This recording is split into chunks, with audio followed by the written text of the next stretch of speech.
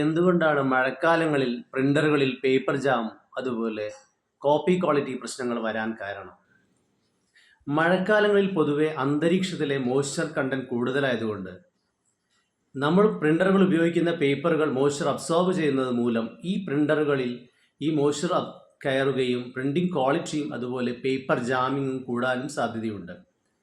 അതുകൊണ്ട് മഴക്കാലങ്ങളിൽ നമ്മൾ ശ്രദ്ധിക്കേണ്ട കാര്യങ്ങൾ: GSM കൂടിയ പേപ്പറുകൾ ഉപയോഗിക്കുക,